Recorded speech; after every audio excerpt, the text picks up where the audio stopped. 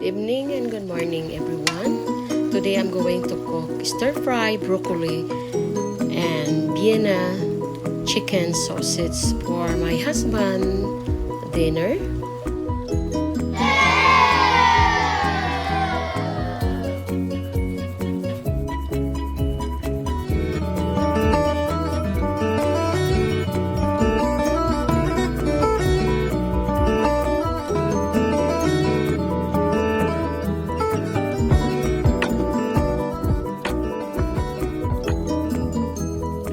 Guys, first thing I do, boil water and add 1 tablespoon of salt and then put the broccoli and boil it 2 minutes. So after that, you have to drain it and then get the water, cold water, to put the bowl. And also I put the broccoli and add some ice on it. And then while I'm putting the broccoli, to leave the broccoli to the cold water, so I'm going to make a sauce for our broccoli and sausage. Now 1/2 cup of water and 2 tablespoons of sugar and 1 tablespoon of cornstarch, and I add like 2 chop of fresh garlic, and you have to mix it well. And then 2 tablespoons of sugar, and of course the onion chop or onion leaves. You have to mix it. And then after that, and you have to put 1 and 1/2 sesame oil and 1 tablespoon of beef powder or beef stocks. So you have to mix it well, and then add a little bit of beef powder.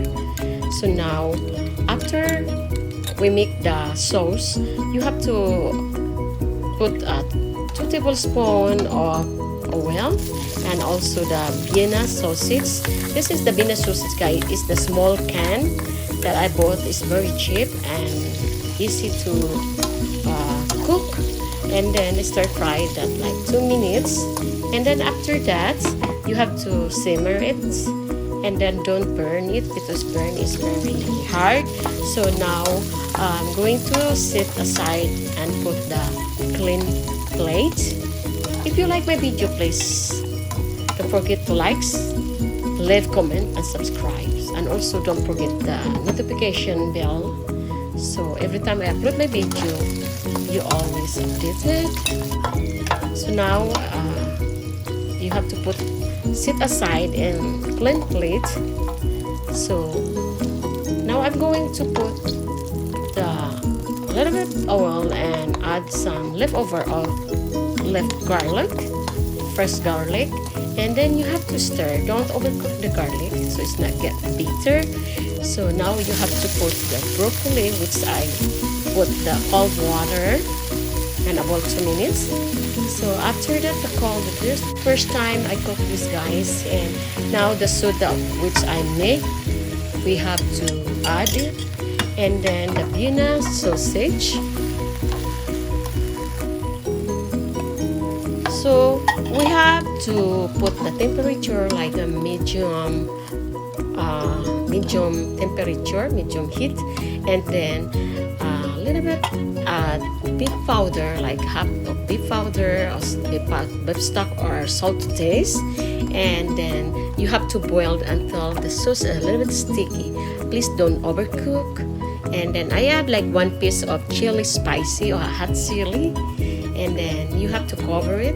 You have to cook like 2 minutes until the sauce gets sticky. So now you have to mix it well, so the flavor get absorbed to our broccoli and sausage, and a little bit of soy sauce instead salt. I put soy sauce. Now black pepper. So guys, this is first time. You can do it like the same shrimp broccoli or chicken broccoli, but I decided to unique my own invented recipe, that Vienna sausage chicken. So my husband, he doesn't like to eat beef or pork, so I decide only chicken sausage to put here. And at the last, I put the scallon or onion chips. So now the food is ready to serve, and I'm sure my husband, when he come home from work, he's very hungry and he's very happy to see the food. So I always prepare, guys, for his dinner. So now the food is ready to serve. Please like, share, and subscribe. And don't forget to leave comment. As soon as I see your message, I will get back to you. God bless. Be safe, and thank you to all my viewers, to all my subscribers, silent viewers. Please, thank you so much for coming back my channel and support.